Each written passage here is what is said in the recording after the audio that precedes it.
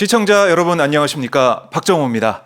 자, 총선이 40여일 앞으로 다가오면서 각 당의 공천 속속들이 확정이 되고 있는데요.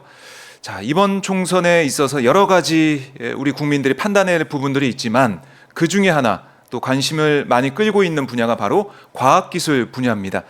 특히 윤석열 정부가 R&D 예산 삭감 여기에 대한 충격 계속해서 이제 커지고 있는 상황인데요. 그래서 우리 과학기술 정책이 어떻게 해야 될지 또 윤석열 정부의 과학기술 정책 무엇이 잘못됐는지 알아보는 시간을 갖도록 하겠습니다. 자, 민주당에서 대전 유성을의 공천을 받은 후보입니다. 황정아 후보 모셨습니다. 안녕하십니까? 네, 안녕하십니까? 네, 반갑습니다. 반갑습니다. 네. 오마이TV 이게 처음 이렇게 나오셨는데 네네. 그래도 인사 말씀부터 들어야죠. 자, 화면 보시고 말씀 좀 부탁드립니다. 네, 안녕하세요. 저 오마이TV 시청자 여러분, 저는 더불어민주당 대전 유성구 울 국회의원 후보 황정아입니다. 반갑습니다. 저는 물리학을 전공한 과학자이고요. 24년간 현장에서 우주를 연구하고 그다음에 인공위성을 개발했습니다. 대한민국 과학의 새로운 발판을 마련하고 과학계를 지키기 위해서 이번 국회의원 선거에 출마했습니다. 잘 부탁드립니다. 예, 반갑습니다. 네. 자, 이제 정치하신다고 생각하신 다음에 방송에 지금 나오고 계신데 떨리시죠? 네, 너무 지금도 떨립니다. 떨리시죠? 지금도 떨리고요. 방송을 하는 일이 쉬운 일이 아닌 것 같습니다. 존경스럽습니다. 네. 이렇게 정치를 시작하시면서 뭐 방송도 나가시고 인터뷰도 하시고 또 이제 지역 주민도 만나실 텐데 사실 황정아 박사 하면 그래도 뭐 저희가 이제 이렇게 만나 뵙고 인사를 드리지만 무슨 일을 했었지? 뭐 어떤 일을 해왔지? 모르시는 분들 많을 것 같아요. 네네. 거기에 대해서 좀 설명 좀 먼저 해주시면 어떻게 좀 저희가 들을 수 있을까요? 네네. 저는 일단 카이스트에서 네. 물리학과에서 학석 박사를 했고요. 그냥 물리학 박사이고요. 박사님. 네네. 그리고 2003년에 발사한 과학기술 위성 1호에 탑재된 입자물리 검출기, 주로 인공위성에 들어가는 탑재체 개발을 했습니다. 그리고 최근에 2023년에 작년에 5월 25일 누리호 3차 발사에 실렸던 도요셋 위성들이 있습니다. 한국천문연구원이 개발한 우주 날씨 관측용 큐브 위성인데요. 도요셋 프로젝트에서도 제가 시스템 엔지니어를 맡아서 4개의 인공위성을 누리호에 실려서 우주로 보냈고요. 네, 지금 잘 동작하고 있습니다. 와, 저희가 그 뉴스에서만 보던 도요셋 위성. 네, 맞습니다. 거기에 직접 참여를 하셨다. 네, 제가 직접 참여했고요. 개발 기간만 2017년부터 2023년까지 거의 7년 동안 걸려서 만든 거거든요. 그래서 그 위성이 처음부터 끝까지 같이 했습니다. 네. 와, 거의 자식들을 지금 우주에 내놓은 듯한 그런 느낌이 들겠네요. 네, 맞습니다. 두근두근하죠. 네. 잘 작동이 되고 있고 앞으로 이제 과학기술계에서 또 어떤 또 위성이 나올지는 지켜봐야 될 것 같은데 이렇게 중요한 일을 하고 계셨는데 정치인이 되셨어요.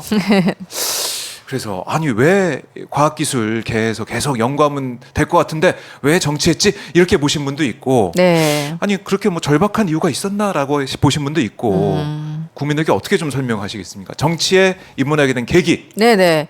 사실 저는 여전히 지금 이 순간에도 우주를 연구하고 그리고 학생들 가르치고 대학원 학생들 가르치고 그리고 우주에 보낼 무엇인가를 만드는 저의 일을 사랑합니다. 그리고 과학자의 일이라는 게 이렇게 칼로 무 자르듯이 어느 순간에 싹둑 잘라질 수 있는 일이 아니에요. 지금 제가 하고 있던 프로젝트들도 장기 프로젝트들이 있기 때문에 계속해서 제가 맡은 부분이 있고 학생들의 연구 지도도 사실 여기까지가 딱 끝이 아닙니다. 계속 이어서 하고 있는 중이거든요. 제가 지금 휴직 중임에도 불구하고 계속해서 아이들하고 학생들하고 이제 소통하면서 연구 논문 지도도 해야 되고요. 그리고 제가 맡고 있는 연구 파트에도 계속해서 참여하고 있습니다. 그러니까 저는 아마 제 일을 잘할 수 있는 환경이었으면 이 일을 굳이 뛰어들지 않았을지도 몰라요. 그런데 이번 윤석열 정부가 과학계에 대해서 정말 너무한다는 생각이 듭니다. 과학계에 대한 몰 이해로 지금 현장이 초토화되었거든요. 그래서 가장 심각한 게 말씀하셨던 것처럼 과학기술 R&D 예산을 우리나라가 단 한 번도 과학기술 R&D가 순 증가만 했지 한 번도 그 자리에 멈췄던 적도 없어요. 원상 유지를 했던 적도 없고 늘 1%, 2%, 5%, 18%까지 늘었는데 24년도만 마이너스 14.7%예요. 상상도 못할 일이 벌어진 거예요. 그렇죠? 우리나라 역사에 처음 있는 일이라 이런 일이 있을 줄은 아무도 몰랐거든요. 그래서 과학자들이 왜 이런 일이 일어났을까에 대해서 사실 굉장히 이해가 안 되는 상황이에요. 그래서 국회에 만약에 현역 과학자 출신이 단 한 명이라도 있었더라면 아하. 이런 결정이 내려졌을까? 국가의 100년 대계를 좌우할 과학기술 예산을 14.7%나 감액하는 그런 결정을 누가 했을까? 자, 결정 자체도 문제인데 사실 그 결정 과정에 투명성이 전혀 없어서 그러니까 누가 어떻게 의사결정에 참여했고 우리는 그냥 결과를 받아들고 네. 그냥 뚝 떨어지는 그거를 위에서부터 이렇게 지시를 받기만 하고 있는 상황이에요. 언론을 통해서만 현장의 과학자들이. 그래서 그 너무 과정과 답답하죠. 절차에 대해서 예. 누가 어떻게 이런 식의 이루어졌는지 아무도 모르는 거예요. 깜깜이로. 이게 가장 큰 문제라고 생각합니다. 그 절차가 어떻게 이루어졌는지 투명이 전혀 보장되지 않고 있기 때문에 그래서 대한민국을 이끌어가고 있는 사실상 오늘날 우리가 누리고 있는 모든 것들이 사실 과학기술의 네. 그 산물인데 그 과학자들의 미래를 보장하고 그들의 목소리를 대변할 수 있는 정치인이 필요하다고 생각했습니다. 그래서 그들을 대변할 과학계의 목소리가 필요하다는 생각에 제가 정치에 뛰어들었습니다. 야, 그래서 현장의 목소리를 전달하고 네네. 또 정말 불투명하게 보이는 과학기술에 관련된 예산 뭐 책정이나 그렇죠. 네. 그다음에 통과되는 과정들 이걸 살펴보겠다 이렇게 말씀하셨는데 주변에서는 뭐 정치 하신다고 응원하시는 분도 계시지만 제가 궁금한 거는 저 그럴 것 같아요. 가족들은 아니 예, 박사님 하시지 왜 정치인 되려고 그래요? 이렇게 하시는 분도 있을 것 같은데 네네. 주변 가족들의 반응은 어떻습니까? 아, 처음에는 가족들이 걱정들을 많이 하셨습니다. 사실 네. 제가 제이를 얼마나 사랑하는지 아니까 그래서 걱정들을 많이 해주셨는데, 그러니까 오랜 숙고의 기간이 있었고요. 처음에 이제 제의를 예. 받고 나서 그 과정에서 이제 나중에는 저를 굉장히 지원하는, 지금은 굉장히 적극적으로 지지하고 있습니다. 가족들이. 그래요? 이 일을 하기 위해서 제일 첫 번째 필수 조건은 가족들의 지지입니다. 맞아요. 네, 그 일이 없고는 이렇게 제가 거의 집을 못 들어가고 이러고 있기 때문에 너무 바빠지니까 사실 제일 미안한 건 가족들이거든요. 그거를 적극적 지지가 아니었으면 이거 절대 하기 힘들었고요. 네. 가장 큰 응원을 해주고 있습니다. 그래요. 이제는 가장 큰 응원하는 네. 조력자가 됐다. 네, 근데 맞습니다. 아까 저희 방송 전에 말씀 나눠보니까 자녀분이 네. 세 자녀. 네, 제가 과학자이기도 하지만 너무 바쁘실 것 같아요. 동시에 세 아이의 엄마이기도 하고 예. 평범한 대전 시민이기도 하고 제가 대전 유성을 지역에 30년째 살고 있습니다. 아유. 그러니 예. 그 지역에 어떤 문제들이 있는지, 그러니까 각 동별로 많은 현안들을 제가 이미 여러 동을 거치며 살아왔기 때문에 30년 동안 네, 사시면서 그 지역에서 무엇이 필요한지 복지, 사회, 돌봄, 교육에 어떤 구멍이 있는지 잘 알고 있습니다. 제가 그 동네에서 아이 셋을 낳고 그렇죠. 키웠습니다. 키우고. 지금까지. 교육도 네, 계속 맞습니다. 시켜오셨고. 그래서 불만도 많았고 이렇게 왜 안 해줄까 하는 것도 있고. 그러니까 제가 느끼고 있는 모든 것들, 현장에서 경험하고 있는 모든 것들을 녹여낼 수 있는 그런 정책을 발휘할 수 있다고 생각합니다. 네. 아까 이제 고3이 자녀도 있다고 네, 들었는데. 맞습니다. 아유, 큰 아이가 올해 고3입니다. 정말 걱정이 큽니다. 큰 결심 하셨네요. 네, 맞습니다. 네, 이제 뭐 처음에는 뭐 걱정하다가 이제 많은 도움을 주신다고 하니까 네. 가족들의 여러 같은 성원에 힘입어서 맞습니다. 더 힘을 내실 것 같은데. 가족들이 가장 큰 저한테 가장 든든한 백입니다. 알겠습니다. 근데 뭐 이번에 이제 출마하시는 지역도 대전 유성을이에요. 네, 맞습니다. 살던 그 지역에서 출마하게 되셨는데 준비는 좀 어떻게 잘 되고 계십니까?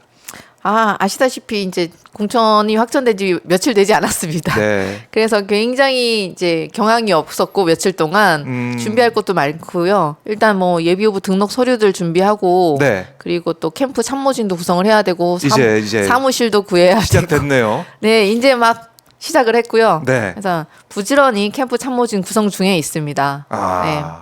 지금 조직을 하고 있는데 네. 현장에서 이제 예비 후보 이제 내일 이제 등록하실 텐데 네. 당 이제 후보가 되신 다음에 대전 민심 그래도 이제 그동안 관심 있게 보셨을 거 아니에요? 그럼요. 네. 중원의 민심이 중요하다.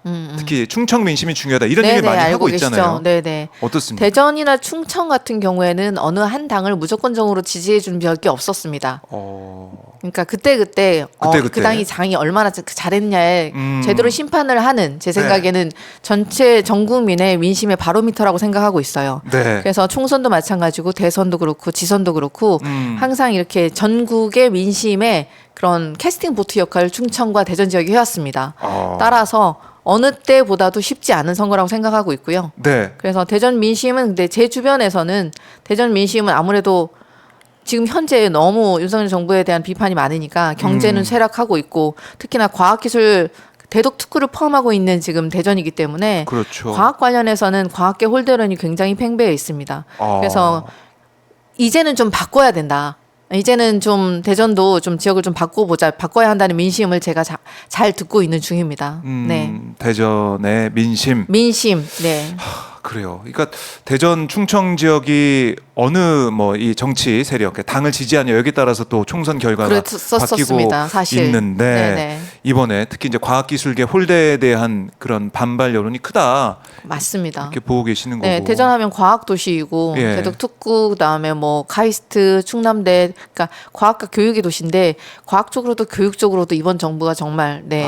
교육. 네. 교육도 지금 많이들 실망하고 계시거든요. 예. 네, 그래서 이건 좀 바꿔야 되지 않나. 우리는 좀 바꿔야 되지 않나. 이렇게 심판론이 좀 있다고 알고 있습니다. 심판론이 좀 있다. 네, 네.